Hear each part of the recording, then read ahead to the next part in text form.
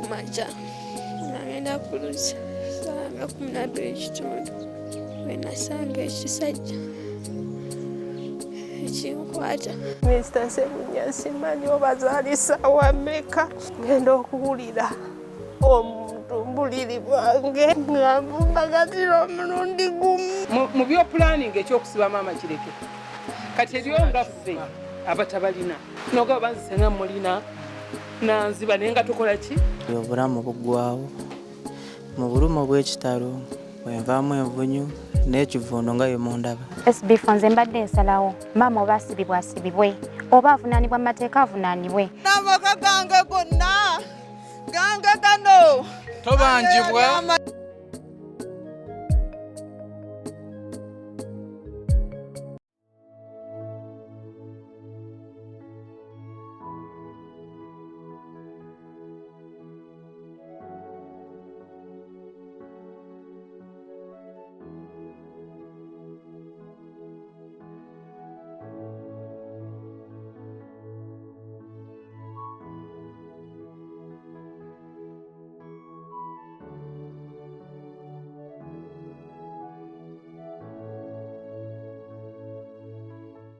Jjajja yali antumye ekiro ku dduuka omusajja nankwata ekiro yali yava mu mimwanyi mu bitooke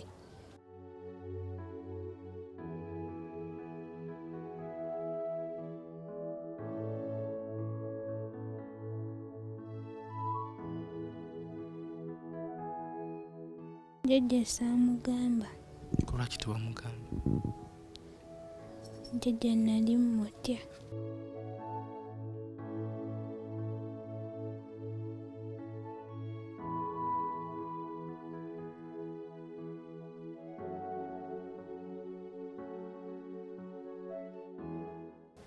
bagambye oyinza kuzaala ddi bangamba mbuzaayo wiiki 2 bangamba bagenda kunnongoosa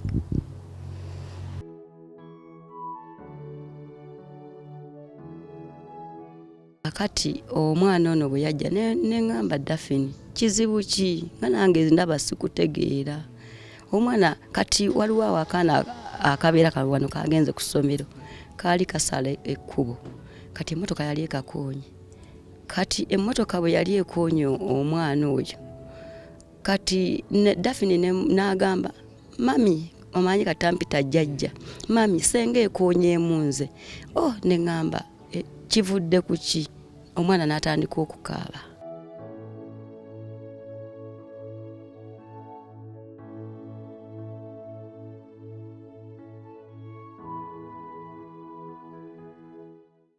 mbalamusiza basebo ne bannyabo amannya Namutebi Sofia akulira abasawo b'ekinnansi mu ggwanga tusobola okulabula abantu mwenna abalwadde bange mwenna abali wabweru w'eggwanga abali Sweden abali Germany abali London n'abali e Uganda abalwadde bange mwenna tinnafunye ekizibu ky'abafeera abali ku Facebook nga bakozesa erinnya lyange okujjanjabirako abantu nga balimbirako nti bagabirako obugagga bagabirako emikisa enzaalo wamu n'ebizibu ebirala byonna n'okubakwatako ebitambo era nga balagira abantu okubaweereza ssente ku masimu gaabwe basobole okubajjanjaba basebo ne bannyabo maama Fiina tajjanjabira ku Facebook maama Fiina ajjanjabira mu kifo kimu kyokka Bulenge wali eddwaliro lye Mityana Road mayiro 7 okuva e Kampala maama Fiina oba oyagala okwogera naye oyogera naye ku ssimu zokka eziri wammanga ku screen oyo gw'odiringa naye ng'akusaba ssente omusindikira kukoleko oyo aba mufere taba maama Fiina muzzukulu wa Kabajja yakubuuzaako omugiye Sebunya tuli ku SB4 Media Tuggussa Enssonga eddoboozi si ddungi nnyo nafunyemu ekiyegu naye nga tuba tulina okuweereza eggwanga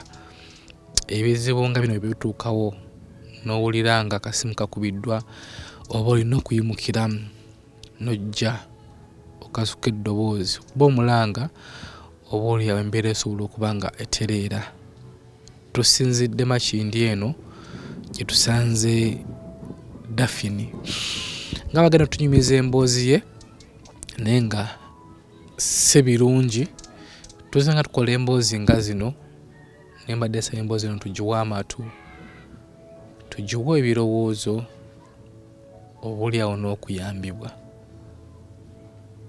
tufudde nnyo ku mboozi ziti ez'okusanyuka ne mutukwata ensobi emboozi nga zino nazino tuzikola ndi tudde nga tuzikola era abantu nga bano nga tubayamba covid yajja mu ggwanga bingi ebyakyukakyuka emisomo gyakosebwa abaana abasinga bazaala abalala bakyali mbuto so kutugenda okusinza olunaku lano tukutuuseeko emboozi eno yaliwo mu covid tulina Daphine nga bagenda tunyumiza emboozi ye naye nga nyongera okujjukiza nti gwetandaba kubeera nga wasubscribinga genda ku YouTube subscribe genda ne ku Facebook onoonye SB4 Media liking page yaffe eyo gwasobodde osobola ku magezi ag'enjawulo tukoze tutya kuvuunuka ekizibu kino kye tulimu.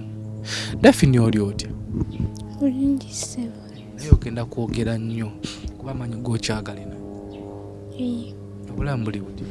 Bulungi ssebo seetani ssebo. Bulungi. Weebale kunyirira. Kaali ssebo. Weebale kusiima. Olina n'akazigo kola bw'oti nabe? Sirina. Akazigo kaako waggulu. Olina akazigo? Jjajja nga tukyagala kukola mirimu tokola mirimu. Mirimu ngikola. Omutenguwa. Nizibeera mpisa mbi okimanyi ekyo? Jjajja simutenguwa. Ngikola emirimu. Oli obeera wa jjajjaani? Bamuyita Justine Nabulya. Amannya gwani? Nze Nalwadda Daphine. Nalwadda Daphine. Nalwadda muba mweddira ki? Tweddira mpologoma. Ddira mpologoma. Empologoma ogimanyi? Iye. Oli ogirabyeko? Nga wagisangawo? Taba nti olimba. Ngenda kakasa nende emboozi gy'ongenda okumpuira si ya bulimba ng'onnimye nti walaba ku mpologoma. Nagirabako. Ng'ogirabawo? Twali tugenze kulambula. Ewa. Muzo. Olina emyaka emeka Daphine? 16. Emyaka 16. Gwe Nalwadda nze Sserwadda. Oli muganda wange okimanyi? Yes. Kati muganda wazze okukubuuzaako naye nga togenda kumulimba mboozi kyogenda munyumiza. Yes. Nalwadda okujja wano wali obeerawo? Nali mbeera Mpigi. Ki ekyakuleeta wano? Nali nzize kukola. Kati omulimu we nali nzize okukola omulimu ne gugaana maama n'aŋŋamba mbeere wano naye. Maama yali ludda wa? Maama abeera Nansana. Nansana. Osoma? Sisoma. Lwaki tosoma?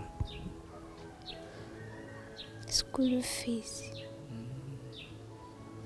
Naye nga wali osoma? Iye. Ki ekyatuukawo ku mbeera gy'olimu? Jjajja yali antumye ekiro ku dduuka. Omusajja n'ankwata ekiro yali yava mu mimwanyi mu bitooke. N'ankwata. Jjajja nga abeerawo? Yali abeera Mpigi. Wali obeera Mpigi? Wali Mpigi? Iye. Omusajja oyo wali omumanyi? Simumanyi. Nali simumanyi kuba obudde bwali bwa kiro. Tewamwetegereza? Iye. Yakugamba tewabula ku ddoboozi lye yadde? Tewali kye yaŋŋamba.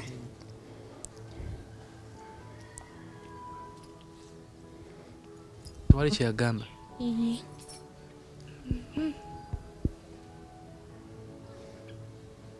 Jjajja wamugambako ekyakutuukako? Jjajja saamugamba. Lwaki tewamugamba? Jjajja nali mmutya.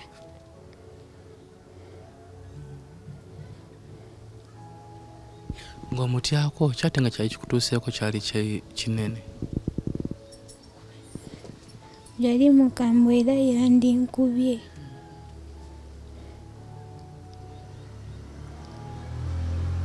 Tukakasa tutya nti teyali boyfriend wo.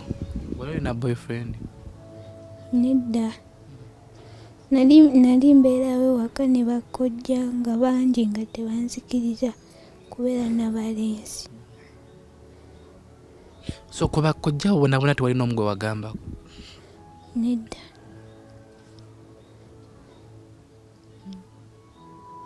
Ate maama lwaki tewamugamba? Maama yali tabeera nange. Abeera Nansana. So n'ofa kisiirino n'obutabaako ne gw'ogamba?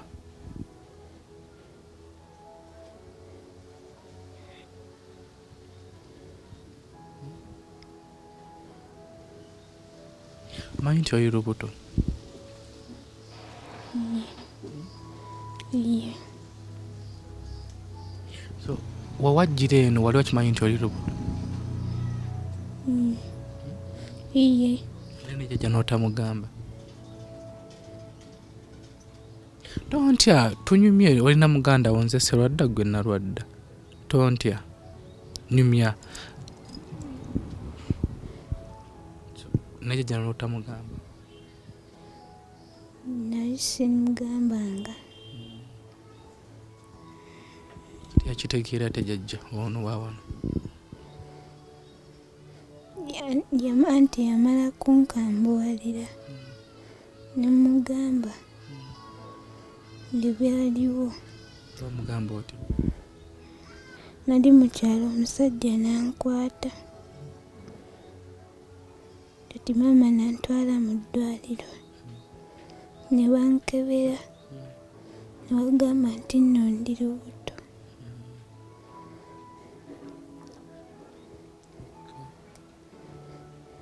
So mu ddwaliro onywa eddagala?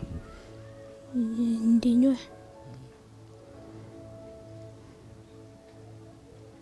Bagambye oyinza kuzaala ddi? Bangamba mbuzaayo wiiki 2. Wiiki 2?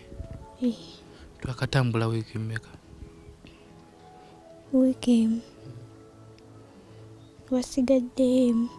Kati ogenda kuzaala otya? Kubanga batugamba nti jjajja naye talinawo ssente. Era talina ssente kubanga bangamba bagenda kunnongoosa. Naye tewali ssente. Kati tukoze tutya? Kubanga bebi tumwagala, nawe tukwagala omuzaale ng'oli mulamu. Tukoze tutya?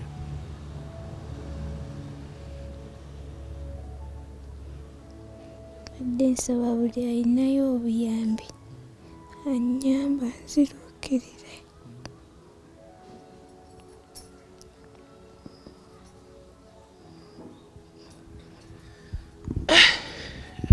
SB4 Media Tuggussa Enssonga. Emboozi ya Daphine awa bigambo bitono naye nga nsuubira nti emboozi eno ogifunyeemu era ogiwulidde.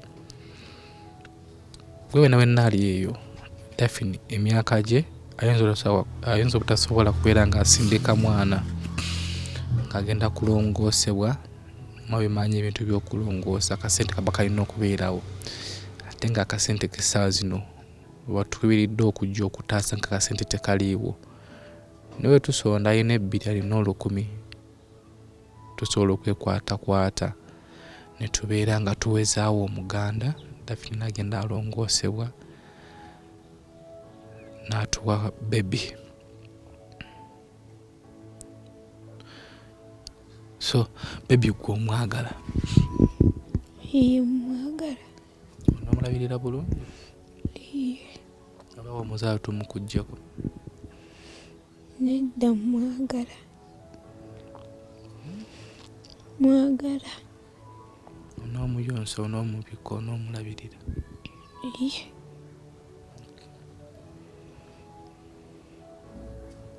So omuntu ali eyo tokaaba. kati nze nga brother wo mukulu wenkubuuza kyeki kabi ogenda kumpa answer ki Daphine.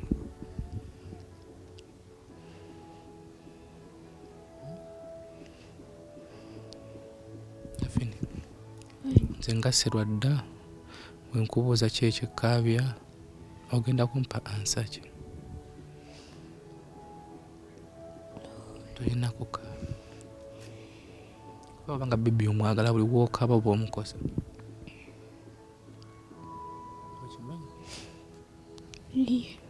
Toyina kukaaba, tetwagala ozaale mwana mubi, buli wookaaba ogenda kuzaala omwana nga mubi.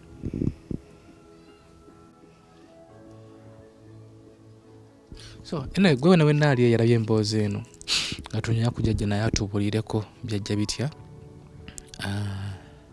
Tusaba ayina 2 ayina 10 tukwatire wamu mu nnaku nga 2 tukomewo tutegeke Daphine agenda abeere ng'asumulukuka. Si byangu emboozi bwe zitezibeerayo andi abasinga obungi tetuziwa makulu, emboozi no za makulu, bino ebintu byapeninga naye tukoze tutya okubeera ng'okola epingibwa abaana abatannaba kwetuuka mu ggwanga kukoma. Tesimanyi buno obuvunaanyizibwa tubuteeke ku gavumenti oba tubuteeke ku bakyamane ba ku byalo. Nammwe abaana abali eyo oba abazadde abali eyo, Yesu okutuma omwana okukubirawo naye omwana okumutuma obudde bw'ekiro. Emboozi waliwo gye twakola eri omwana bamutuma ku luzzi ng'ali yekka. Tusobola okubyetangira singa tulaga obuvunaanyizibwa ku baana baffe. Muzadde wena nga oli eyo, omwana ow'obuwala asigala mwana wa buwala. Ebikamo bibeera bingi n'abamuswamye babeera bangi. Tuleme okugayalirira emiti gino. Tosobola kutuma mwana muto ayite mu bimwanyi budde bwa kiro. So abazadde kino kitukwatako, n'abakuma abaana ab'obuwala kino kitukwatako. Tulina okukuuma nese kukuuma emiti nga gino. Tusaba Mukama agenda kubeera nga asaggula obuyambi andi Mukama agenda kubeera nga osumulukuka bulungi. Kitegedde tobako nakubiraliikirira. Okay, SB4 Media tunonyeko ku jjajjaawe ate naye tumubuuzeeko atubulira embeera eriwo naye nga tuli ku SB4 Media Tuggussa Enssonga. Mami Faati Wakirayo nkutumiddeko nnyo. Nkwagala nnyo mama wange Namwanje Faatuma okuva e Dubai nga ye nno shaping emaali okubeera nga ava e Dubai paka wano e Uganda. Gwe yaleetaze okubeera ng'osuubula obanga okusabaza emaali yo ebyamaguzi okuva mu Dubai. Weekwate Mami Faati Wakirayo abeere nga akuleetera emaali paka wo ku mulyango. Beeyi yakuteesa ate nga mwesigwa. Si omuntu ogenda okuwa omutika TV ya 55 atuuse ya 42 nedda nga wekimuwadde wekituuka ate mu budde. Mu kutambuza emaali eno ku nnyonyi ennaku 2 emaali bazituuse mu Uganda ate webanga yesse ku mazzi ku mmeeri mu nnaku 18 emaali ebeera mu Uganda. So mwekwate Mami Faati Wakirayo akuleetera ebyamaguzi bye mu ggwanga lyattu Uganda ate nga bikola. Tunonya ku jjajja then tukomewo. Are you interested in upgrading your sleeping and bathing experience? Then Ziwa & Sons is the right spot for you.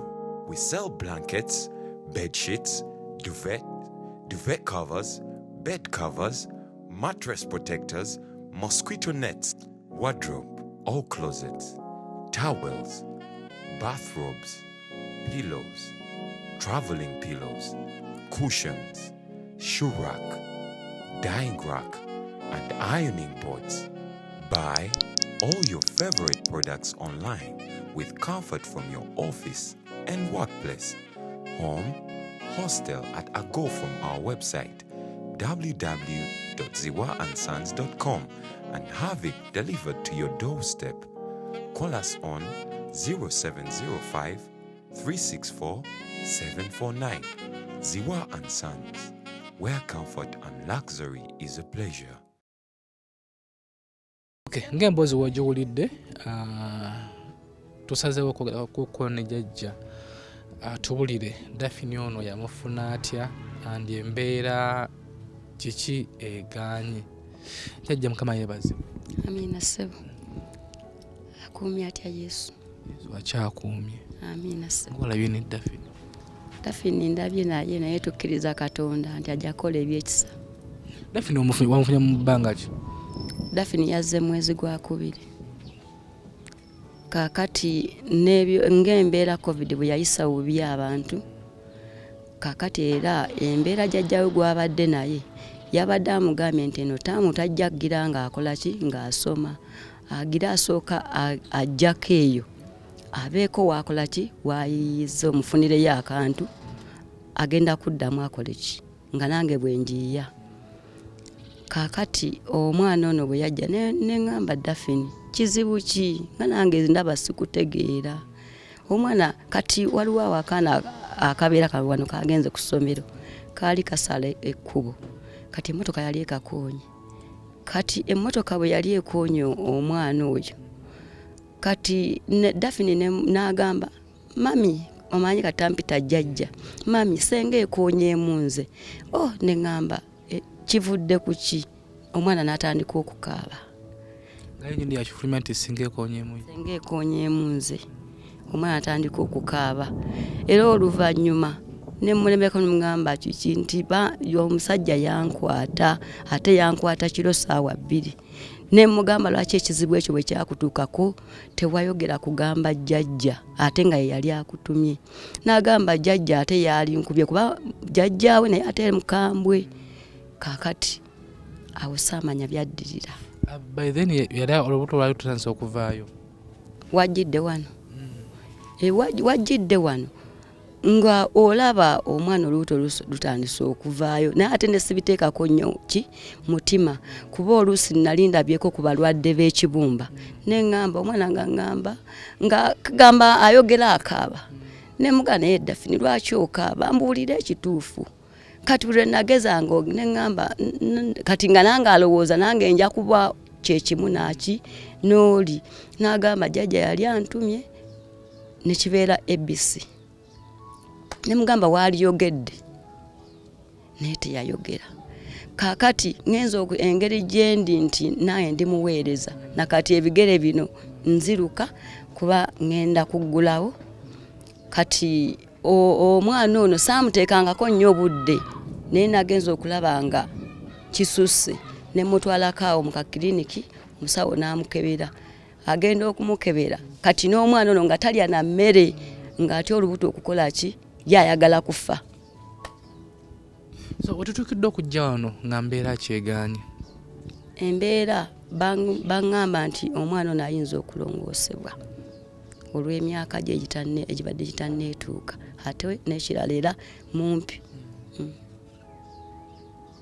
So nga ka budget tewali. Sirinaawo kintu kyonna okujjako nze nabadde nguzeyo kotoni nengulayo n'amasuuka ko n'obugoye bwe butyo nga buli. Oba kulongoosebwa agenda kulongoosebwa mu ddwaliro ki? Mu Kisenyi. Okay, kati ndowooza omuntu oyo jjajja tumukubire ku mulanga alina kyalimu. Babanyambeko bankwatireko kuba kati ekintu ekitaliiko taata tekiriiko ki ate nange ondaba sikola. Okay, emboozi nga bw'ogiwulidde era waliwo emboozi gye twakolako eringanga bweti yali ya Daphine Nabanoba ye twamujja mu ddwaliro yali yasiraanirayo. Waliwo n'endala gye twakolako eya mwana abeera saidi ze Galuga. Temwatulekerera ne ku mboozi nomuleme tulekerera eya Daphine. Ayina kyalina tosobola okuteekawo. Luli mu myezi ng'emeka obuza bbanga nga ki? Kuba baŋŋamba olwokubiri mutwale size 31 baŋŋamba nzireyo naye nzije nzenna.